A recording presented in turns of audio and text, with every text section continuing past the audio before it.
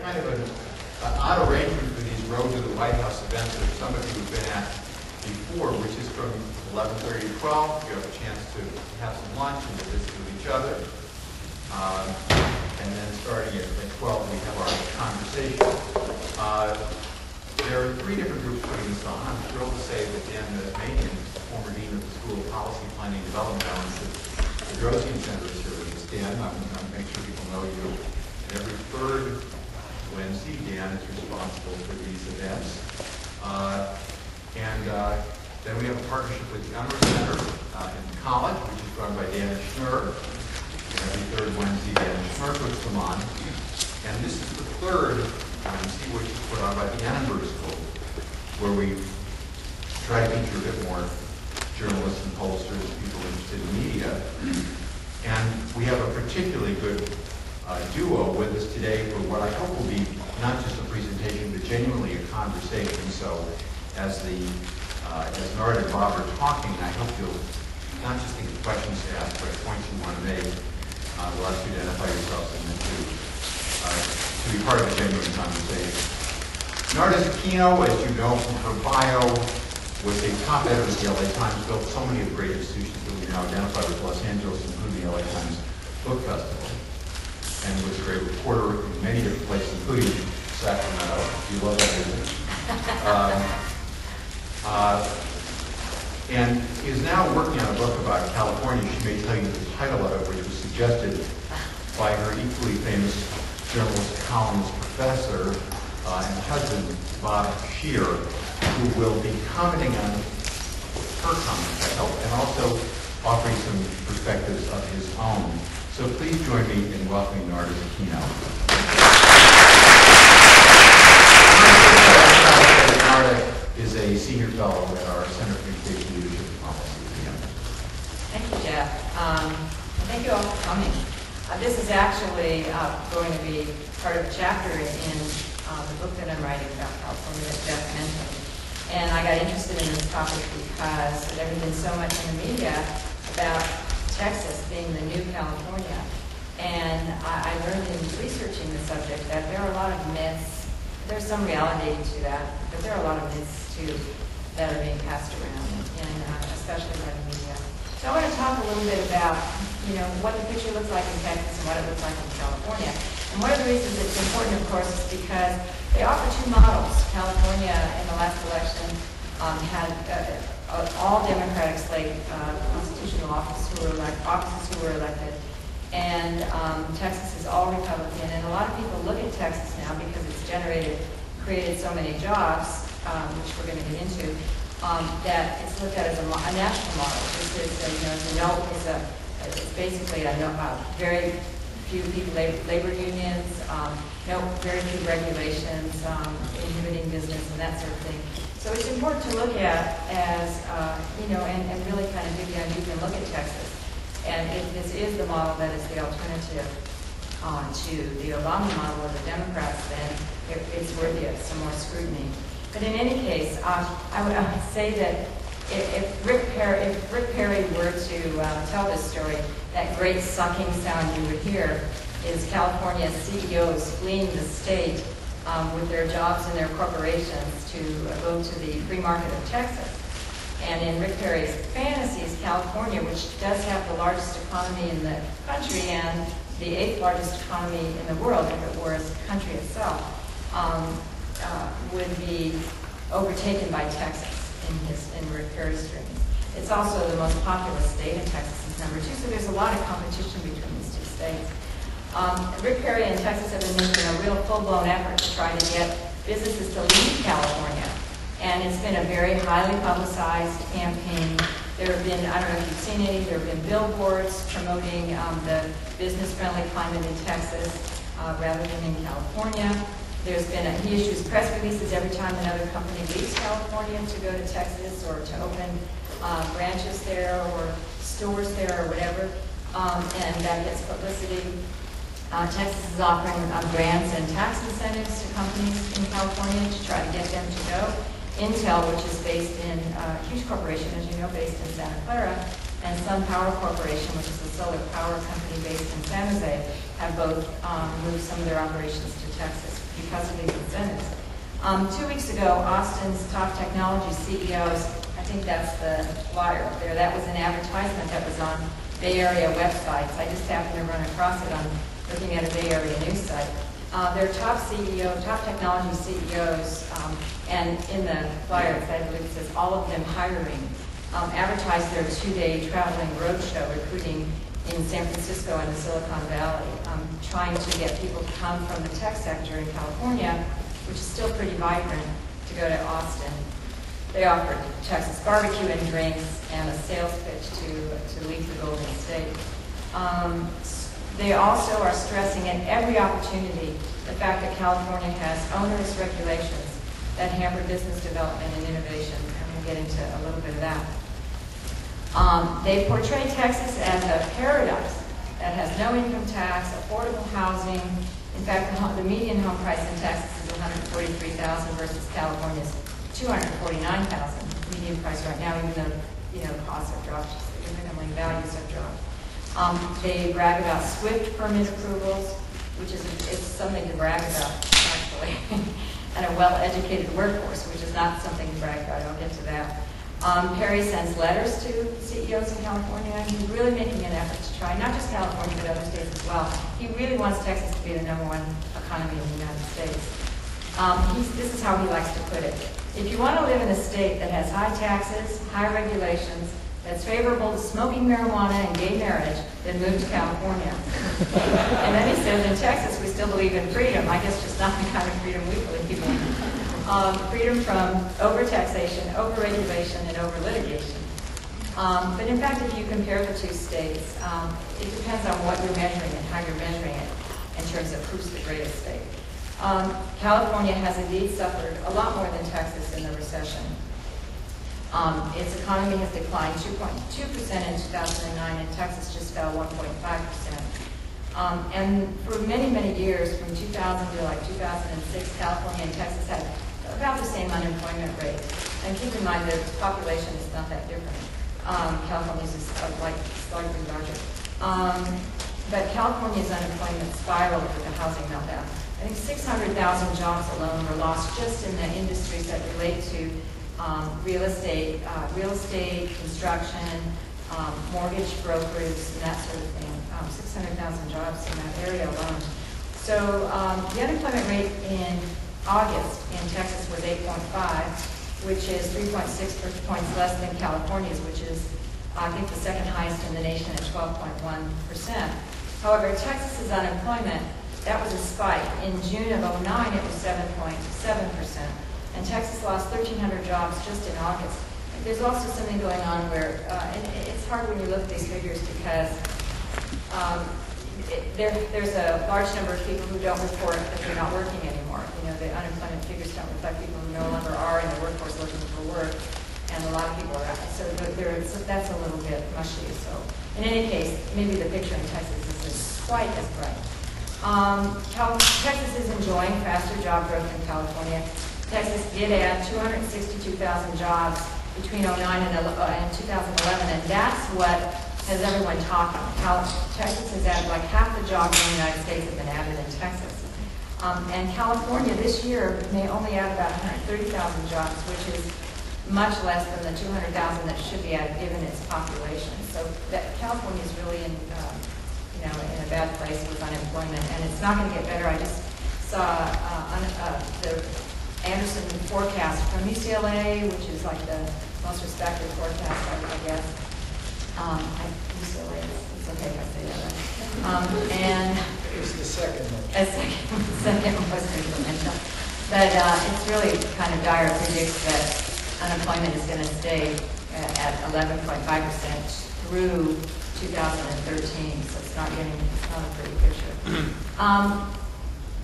There are several reasons why Texas fared better in the recession and why it has some advantages over California and why the bragging rights are justified. Texas's oil and gas industry, which Bob is going to talk about, he's going to talk about, dig down a little deeper in oil and gas and also housing. But the oil and gas industry, Texas taxes its oil and gas, and that those revenues helped to bloat the state budget reserve to get it up to $9.1 billion before this year, for the first time, it was tapped to balance the most recent budget. The surplus got a big boost in 2008 when oil was $145 a barrel, and that's when Perry came into office. It was 6 times what the price was per barrel when he came into office. Prices still hover around $100 a barrel, which spurs job creation. That's one area where jobs are growing in Texas, as you might imagine. And related industries like petrochemicals and refining and those sorts of things, which California can't possibly lay claim to. So, and Perry, is one of the leaders in the Republican Party railing against regulations of any kind. He just challenged Obama to get rid of all the regulations, all government regulations in America, which is that would be really onerous for people. But in any case, it was strict government regulations in Texas that prevented the housing crisis from occurring there, because they have very strict rules on refinancing your home. And Bob's going to talk more about that, so I don't want to get into it right now.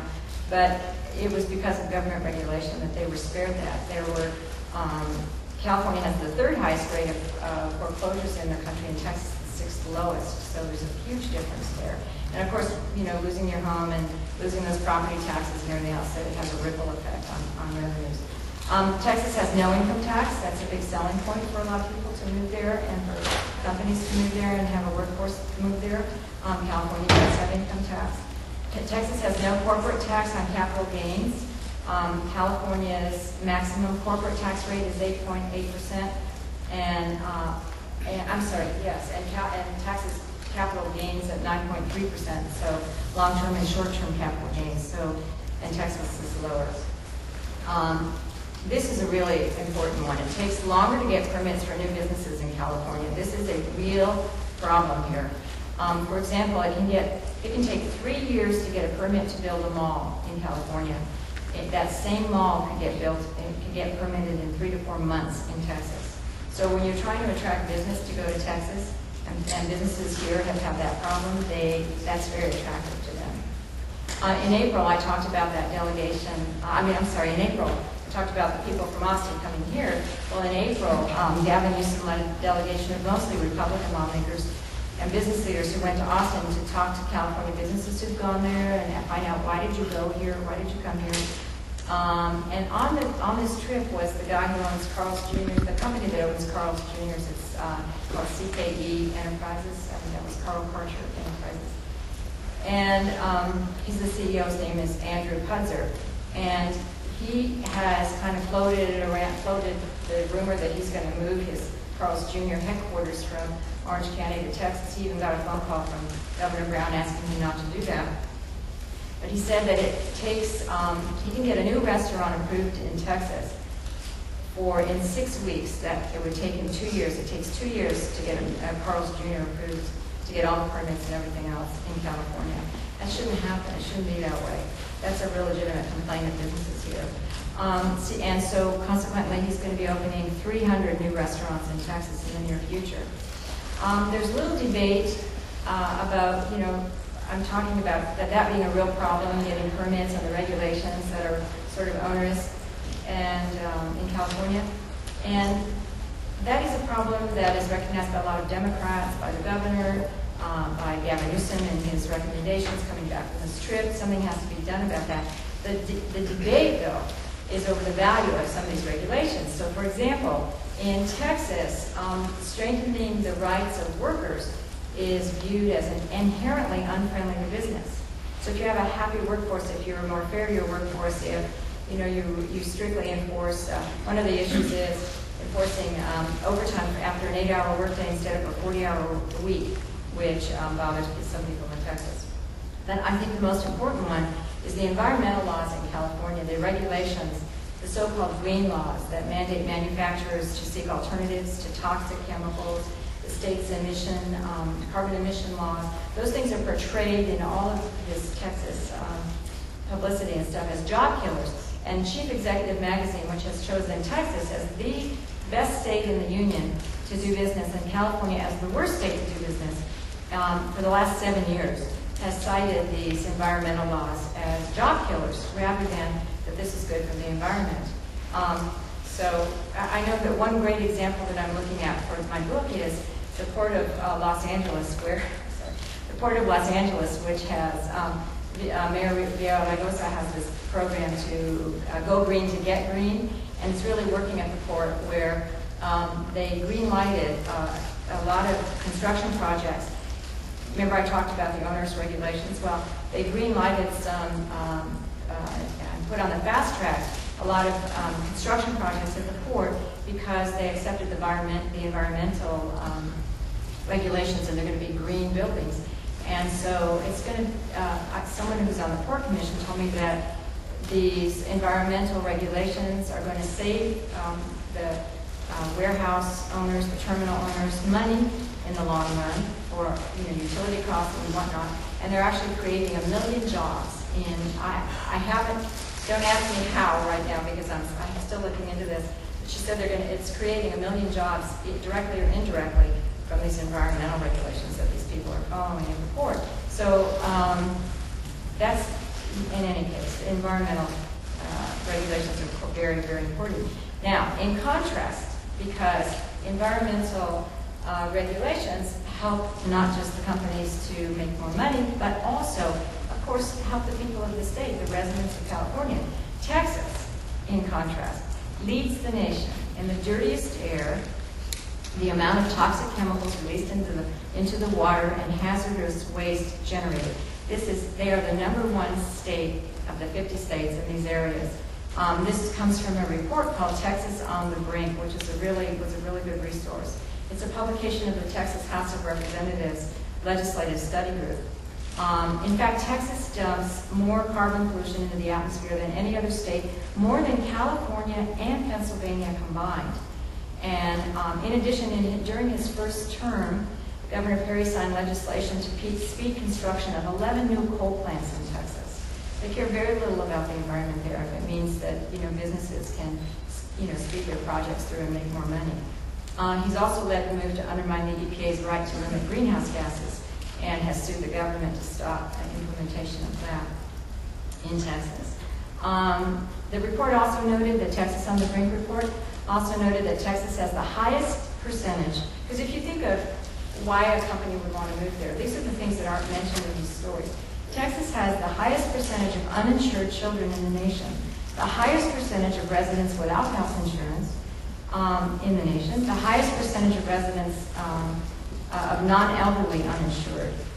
More than 6 million people in Texas have no health insurance. 17.2% of the population lives in poverty, compared to only 13.2% in California. And Texas ranks 4th among the 50 states in the number of children living in poverty. It also has the highest percentage of minimum wage jobs in the country. So when you talk about Texas creating all these jobs, it's not like we're talking about high-paying jobs. And remember I mentioned that one of the bragging rights is that there's this well-educated workforce just ready to start working for your company.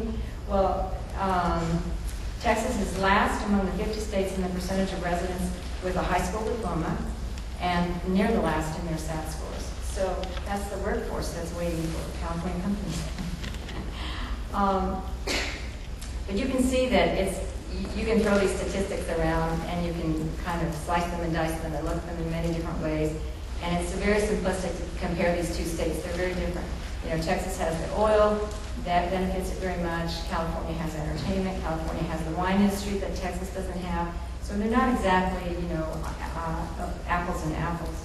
But if the national media, one of the problems I have with the national media coverage is that they really don't look deeply. They don't put these things into context. And so they can talk about Texas being this bright new light in the future, but they don't really dig down deep enough. California would look much better if they did because, and by the way, Jeff told me to mention the title of the book. The title of the book at the moment is going to be called Still Golden, because right now we see it as still golden.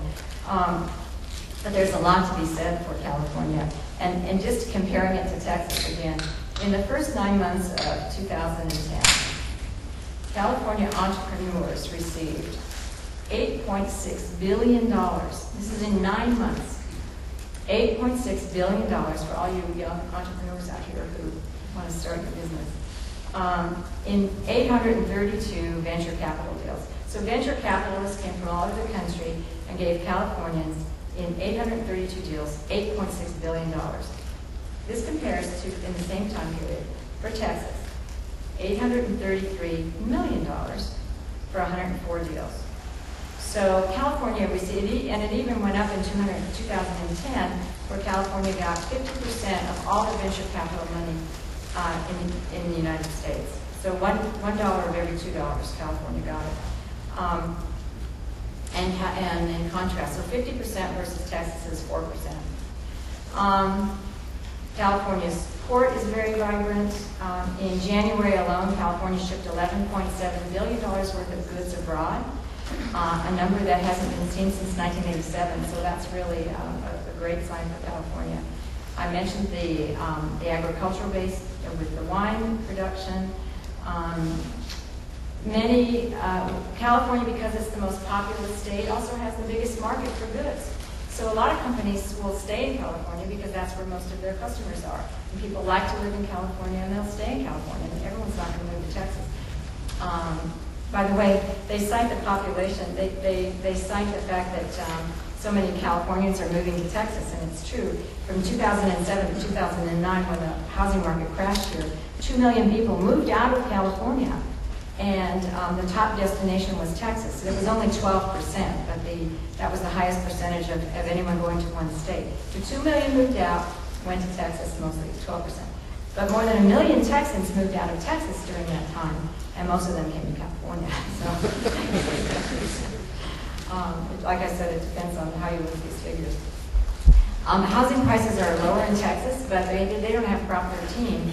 And so even though the median house price is less, taxes are higher there, property taxes. So for every $100,000 of a house value in Texas, the tax is $1,800, and in California, it's $477. This is another reason that when they talk about the low housing prices, the taxes are higher there. I wanted to let Bob get to what he's going to talk about, so I just want to state that. The last thing I want to talk about is the deficit. California has a huge deficit. It's going down now. We have more revenues coming in, so that's shrinking, which is good. But when California was facing this huge deficit, it was national news, and people talk about the failed state and this and that. Texas actually just came through a period where, and now it's facing in January it was facing a $27 billion deficit, bigger than California's. And they had to write off, they had to borrow against their rainy day fund. Remember I mentioned that $9 billion surplus they had? They had to tap into it, much to Perry's consternation, because he vowed he would never tap into that. They had to try to balance the budget. They made $15 billion in cuts, most of them to social services. So when I talk about, the poverty rate in Texas, how many children are living in poverty, the uninsured, you can imagine what the social costs are from all that, the ramifications of that. They cut $15 billion out of all their programs, their health programs, education. They cut $4 billion out of education for the first time in the last 40 years in Texas history, that they had to cut education. So it's not that the picture is so bright in Texas right now, and that Perry is sort of running away from that a little bit. When people talk about the deficit, he just kind of shrugs. But I want to read you what Wells Fargo wrote about in June. They were talking about, Wells Fargo Securities was looking at Texas and said, the Texas budget defers payments, uses accounting tricks, and discounts population growth in order to fully fund and balance the state budget. As it stands, the budget ignores the projected caseload growth in key government services such as Medicaid, underfunded by nearly $5 billion, so that's going to be added to the deficit, which means there may be a huge budget shortfall to cover in the next legislative session. So it looks like the Golden State is the only one that's a little tarnished here, and I would hope that the media would do a better job of covering that story and putting all of this into context, which I hope I did for you today. If you see the stories about how great Texas is, you might think about all the things I've told you. And Bob is going to talk just now about sort of giving a more national look at Texas, I think, and talk about their housing and oil. I thought you really covered it all. I should point out, Narda was the bureau chief of the LA Times back in, I guess, what, 79, 80.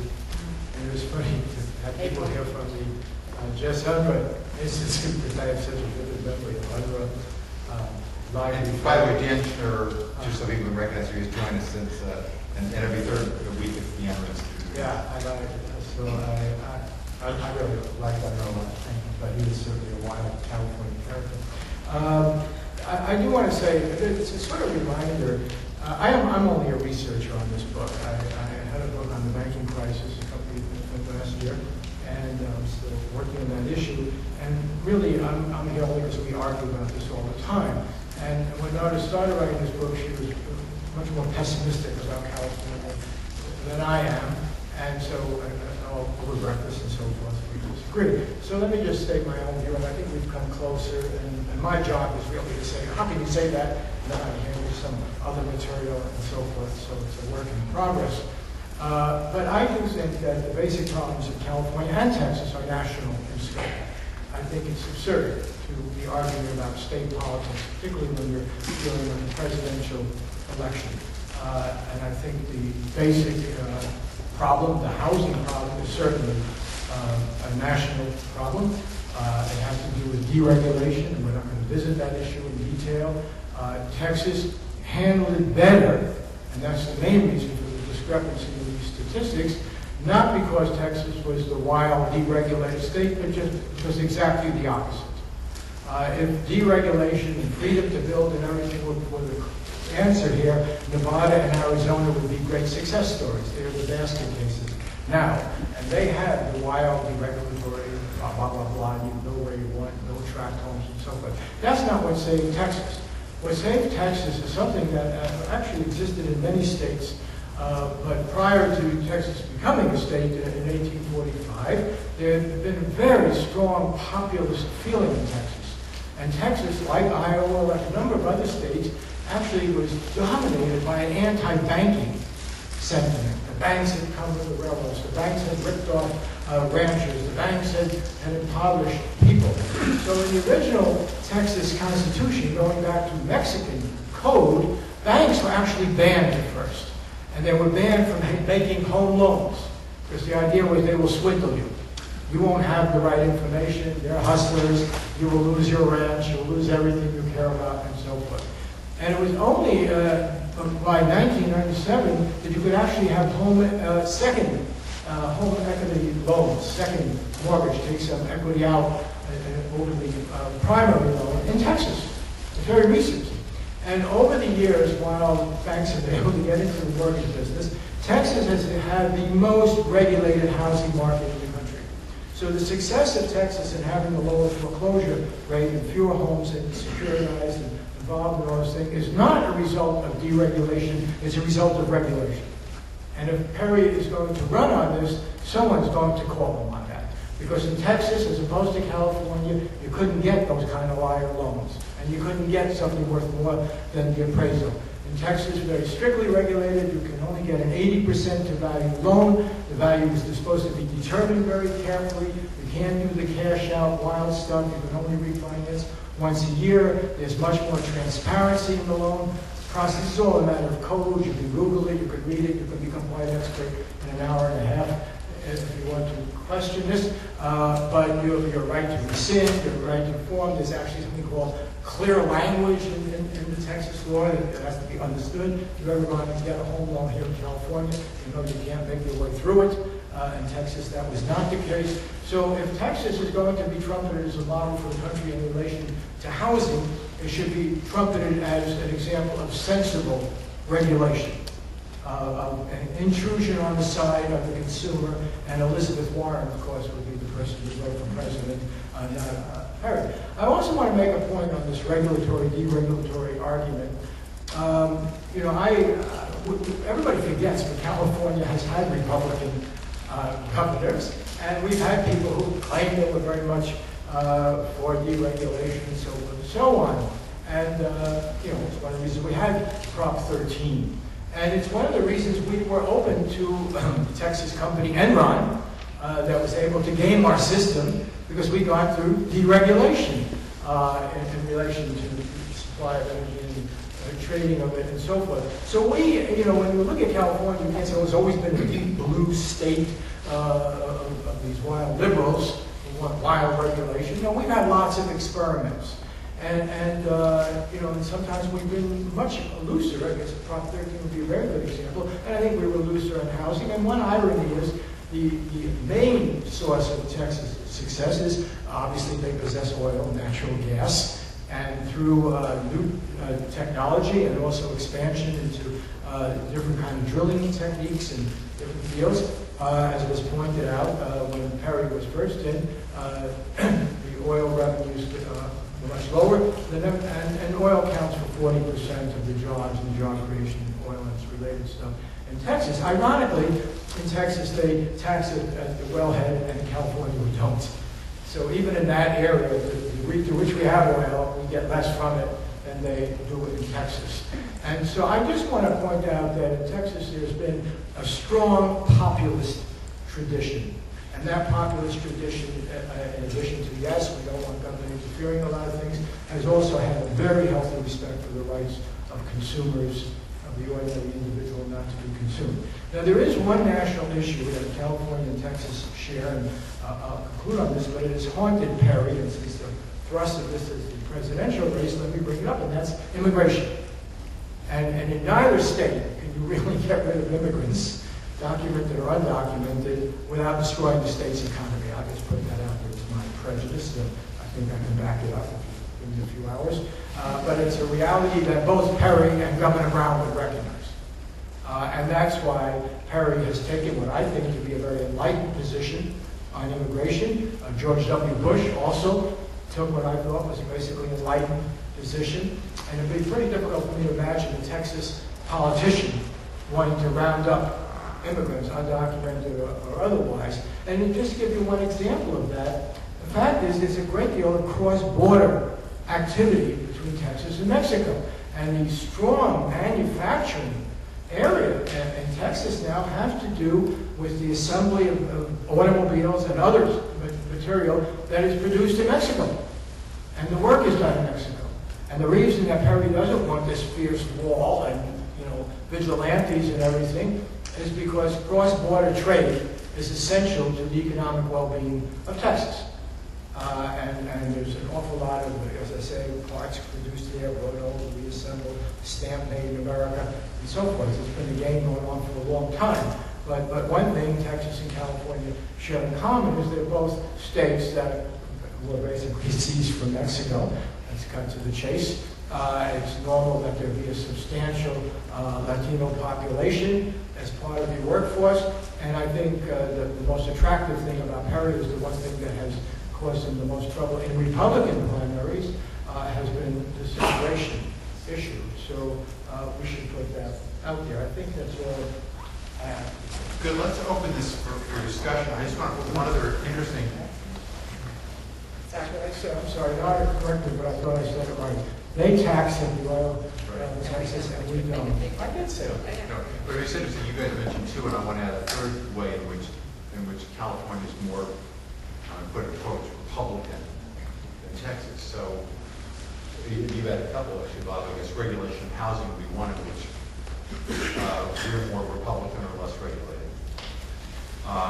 A second one is Prop 13, that is we tax our property at a much lower rate than Texas does.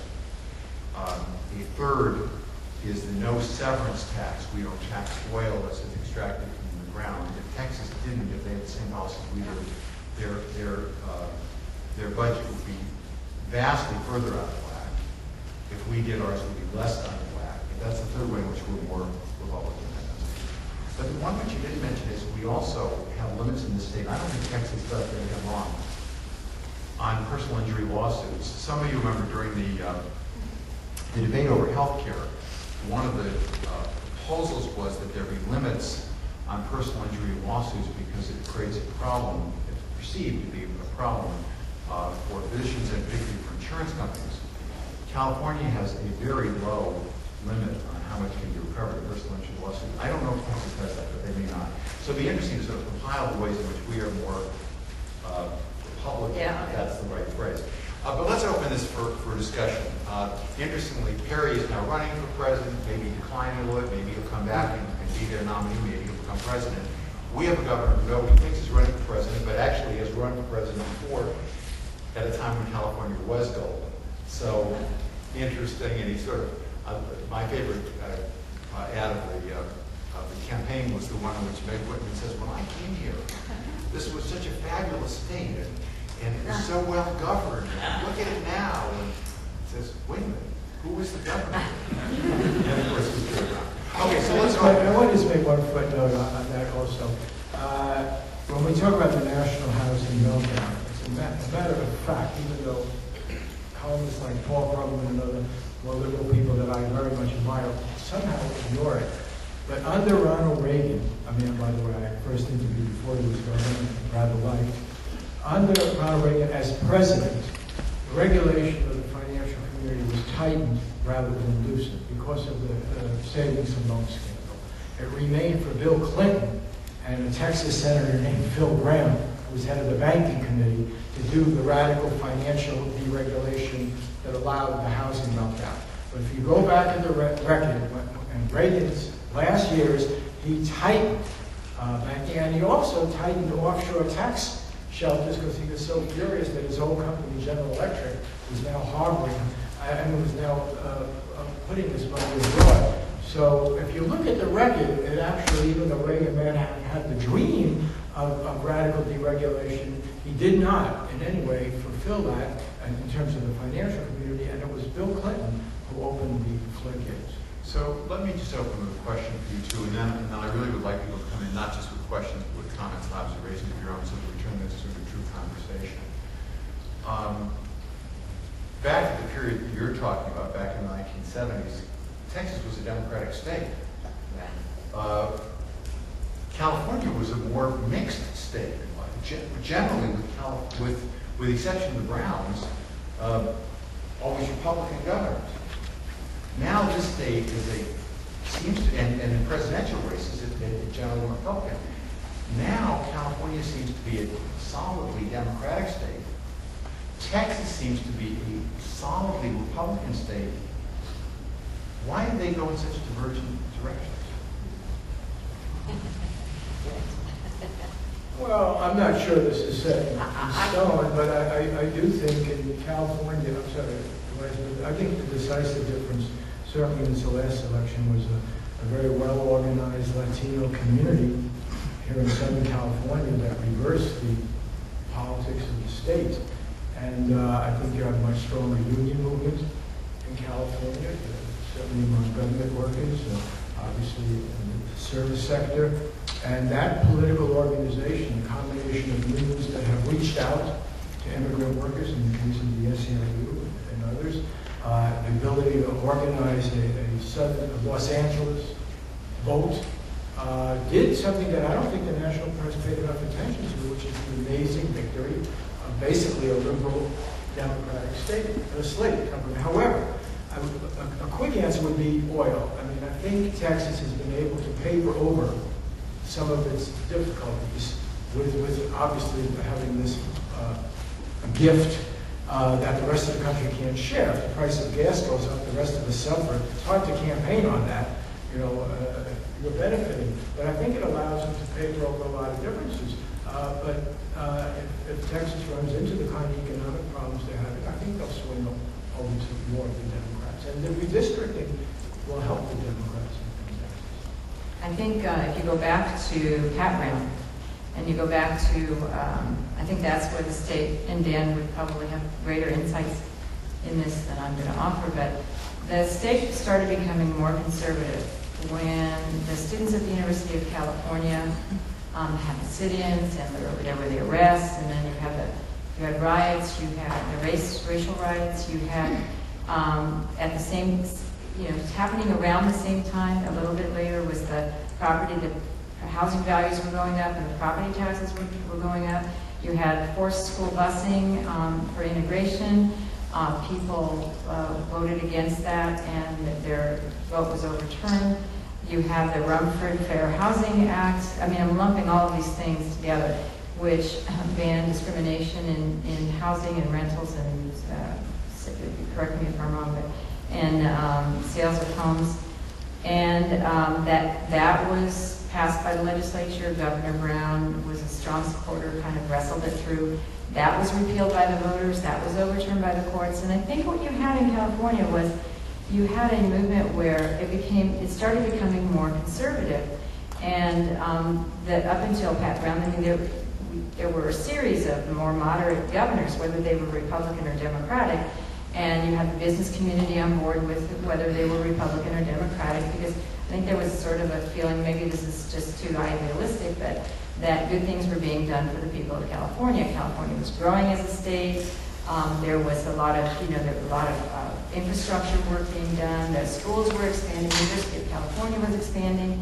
And this was all seen as positive for the state. And then I think gradually people began to feel a little bit like they were losing control.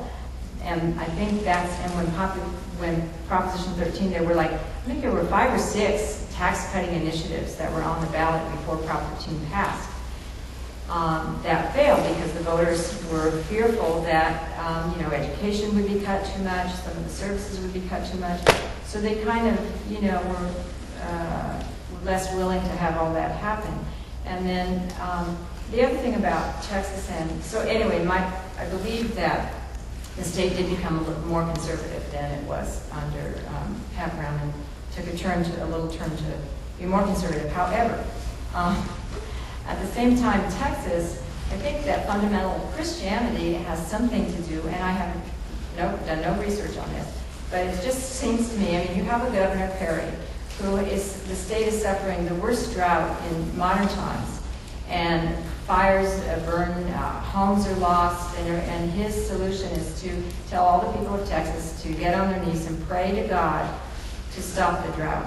I can't imagine that happening in California. I can't imagine Governor Brown. What if it works? Yeah, so far. But I think that, Jeff, I think that's one of the main differences between Texas and California. It'd be interesting at some point for somebody, and maybe people have done that research, I just don't know Yeah. how California went in the Democratic That's very direction. interesting, Texas went in the Republican direction when they both started with something similar. Let's get people into this conversation. Once again, it can be a question, but you can make a point or a paragraph if you want. And first introduce yourself to that. Oh, yeah, I just had a comment. Yeah. But introduce yourself first. My name's Mark Ray. I'm actually from Texas. I'm from Dallas. I'm a graduate student in the Innovative Program in National Real Estate Development. And I just had a comment about, it may be a question you guys probably have done nothing research on it. In terms of Texas swinging, the opposite. It seems, at least from what I know in my conversations with, family members, that even though Texas was Democratic, prior to, I think it was, every house was Democratic prior to 1990 or something. That wasn't for 6 or 7 years. That had much more to do with, it was a different Democratic Party than was in lots of other parts. It was a Southern Democratic Party. Yeah, Market it's the Blue Dog. And so it was not as much, most of them are currently Republicans. Now, it's the switch parties. Well, Rick Perry switched parties. Rick Perry used to be a Democrat. But he was Al Gore's campaign chairman in Texas in 1988.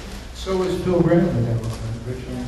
But let me just, I just want to say one thing. Depends what we mean by, I think it depends what we mean by conservative. It's quite true. When Lyndon Johnson embraced the Civil Rights Movement and certainly was more unpopular, he alienated a certain base. I think if we think of social conservatives, then I think Nara's point is valid. I think California clearly is a socially liberal state.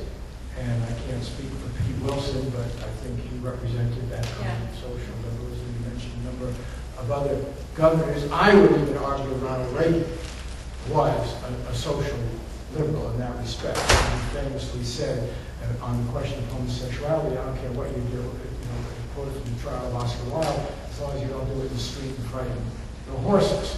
And it's pretty difficult to imagine a California Republican winning and being a social conservative in that respect.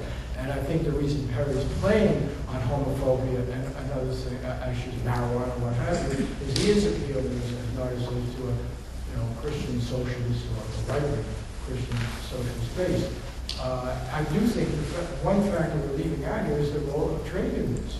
And trade unions are a major organizing force in California in a way that they are not in Texas for a whole number of reasons. But to understand the electoral process and getting out the vote, I can tell you Dolores Huerta, the legendary leader of the farm workers, told me the Democrats would win in this state, I think 2 months before it happened, when they didn't look like they were doing so well. And I said, well, how can you believe that? I said, because we've got to get out the vote.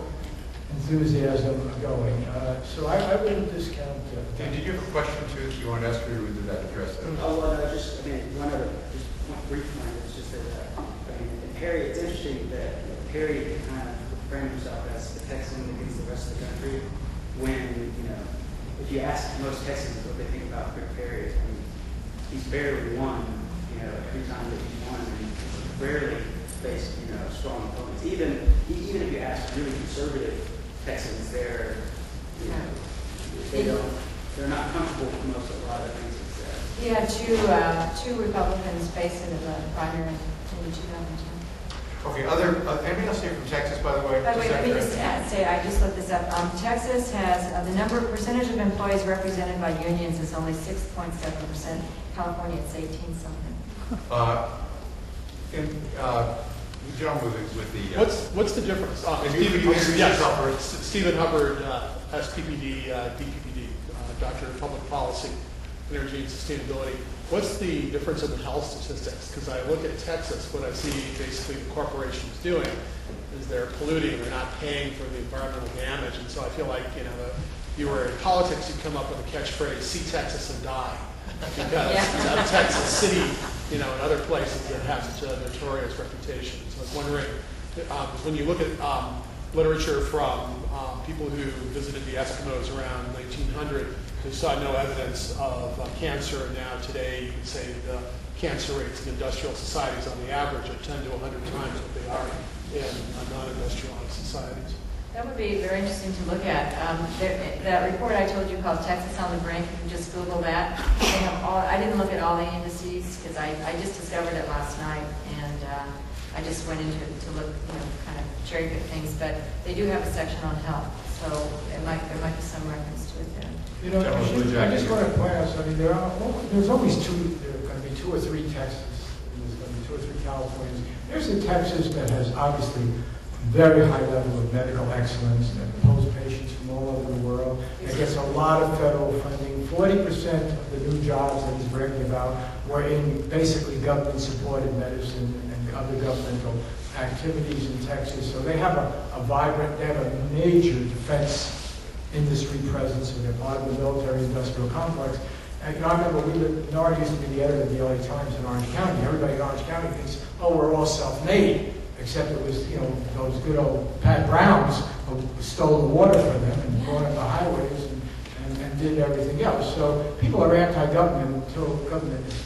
actually, an interesting statistic to see if you could get.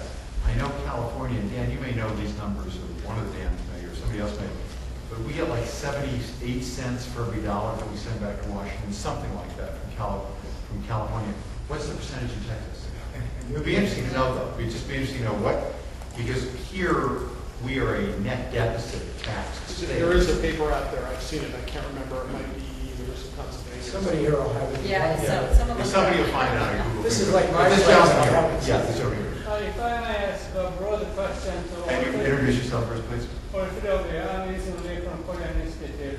My favorite quote is in Old Testament, strangely, Proverbs 29:18. It says, where there is no vision, people perish.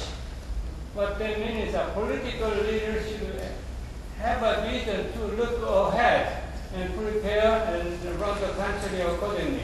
Now, I'm asking the same question to journalists and professors. It's good to know what happened, but what they're teaching students, what they're teaching the public, and what we should do in the future to make this better. So my question to you is, am I expecting too much? GOP Democrats work together, set aside their difference, and work for the good of America, good of the people. Considering Perry is a man of vision, and now I'm asking you. I don't think he's a man of much vision, personally. I mean, from what I've read in my research, especially after all this, and you know, he is, especially on the environment, very bad on the environment in terms of global warming, climate change. He thinks it's all a bunch of phooey and a waste of money, and he doesn't think the science is in, and that sort of thing. And it's just, to me, that doesn't show any vision. If, you know, it's like 99, the science is done, the science has proven it. But, you know, in terms of Republicans and Democrats, this is a big problem for me, because when I was bureau chief in Sacramento during at the end of Jerry Brown and the beginning of Deukmejian, and at that time, I remember when I went up there, I'm a Democrat, and when I went up there, I didn't have any really care about government and doing the right thing for the people, and people who, politicians who only want to do right things for themselves and their friends. And so, but what really bothers me is that at that time, which was, as Bob said, it was in 1979, 80, 81, around then, you know, they got things done. Democrats and Republicans, they would disagree, maybe even publicly, vehemently maybe. And they would go to Frank Fatts or someplace, and they'd sit down and they would, you know, say, okay, look, you know, I'll give you this, you give me that. And it wasn't a perfect system by any means, and a lot of bad stuff got passed and got done, and a lot of special interests were catered to. But you didn't feel the vitriol that's there now. You didn't feel the polarization that, I mean, I remember, I personally, and maybe I'm naive, I was shocked when Jerry Brown wanted to put on the ballot and let the people of California decide whether to extend those taxes. And I thought, well, that's the Democratic thing to do. Let the people vote on it. That's what he campaigned. He couldn't get, like, what was it, 3 votes from Republicans to put it on the ballot to let the people of California make that decision about the, you know, do you want to have us cut all these programs, or do you want to pay, you know, $3 more a month or whatever it was. And that was disappointing to me. And I don't know the answer, because it's in Washington, and I think the New York Times just had a story, I think last week, about a few days within the last week, about last Sunday, I think, how Jerry Brown is finding this is a totally different environment than when he was there before. So I don't know. We only have 5 minutes left, and I want to get a few more voices in. Maybe I could go around and have people then get several comments, and then Dante's question, but brief, and then we'll finish with comments from the 2 of you. This woman here. My name is Jackie Chen. I'm an undergraduate student studying business. And from my perspective, if finding a job is the main concern for students coming out of USC or in California school, would it be more beneficial to go to Texas to seek employment, or should I stay in California?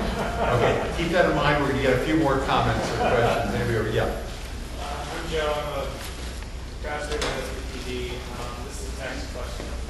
Do you believe that there's an actual rift between Perry's camp and W. Bush's old camp? Like, is there animosity? Is that more of a media story, or is there any solid foundation to that? When you get 3 or 4 more comments in the back there.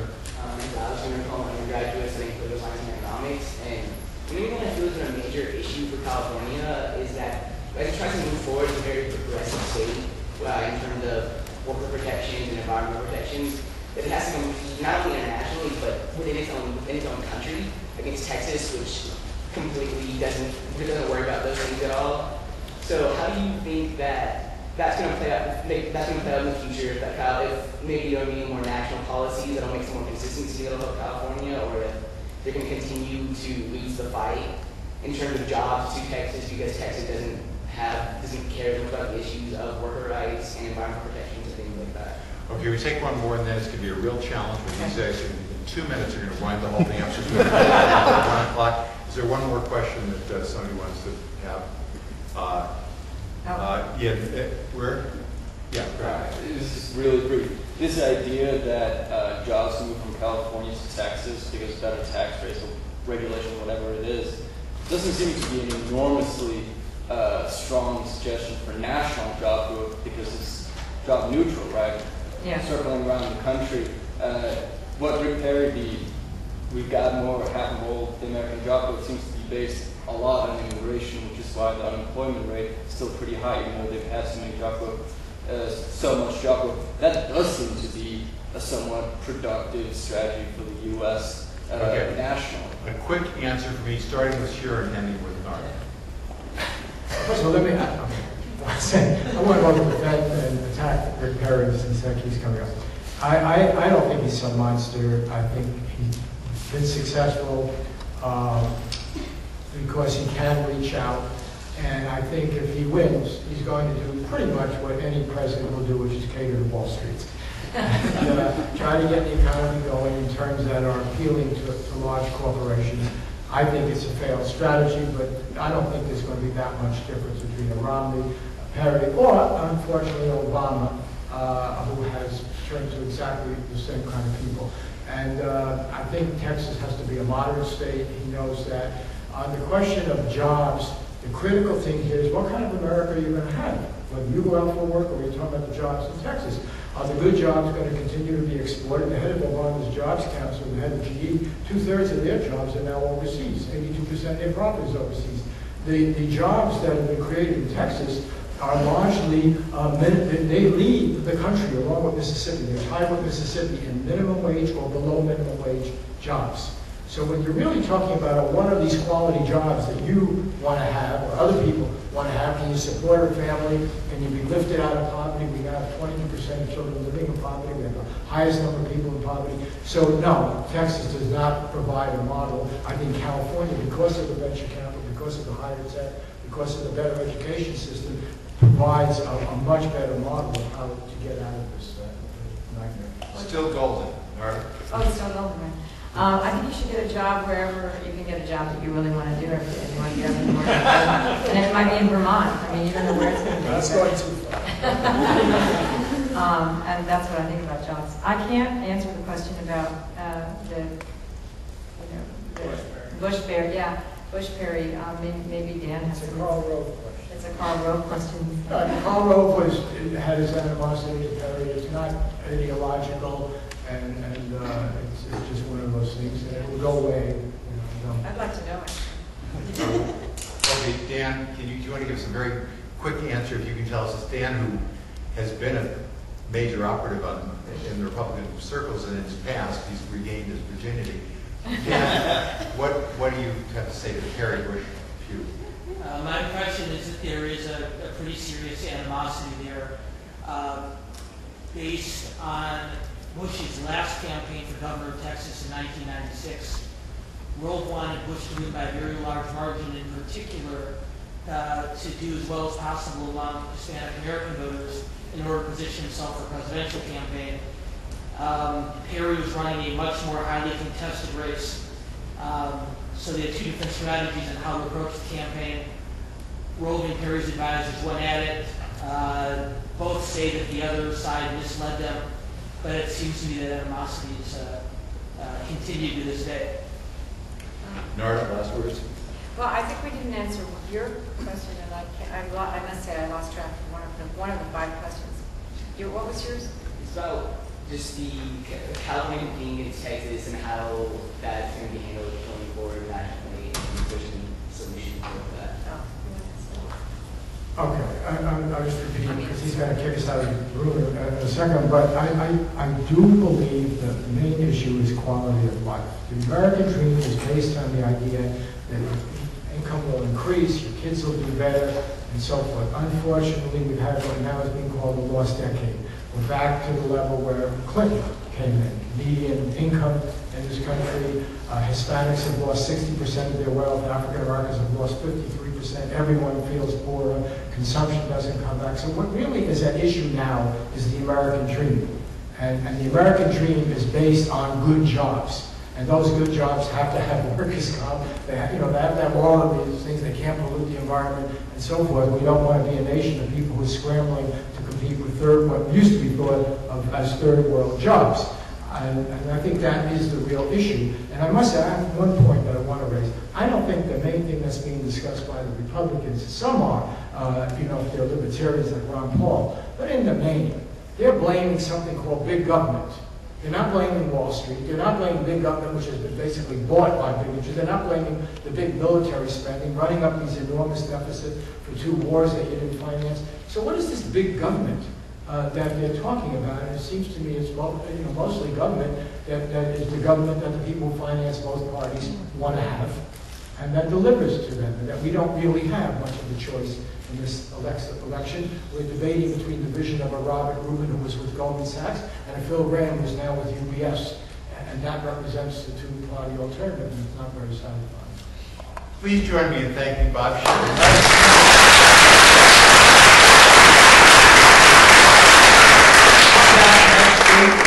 Dan is yours for next week? Yes, it is.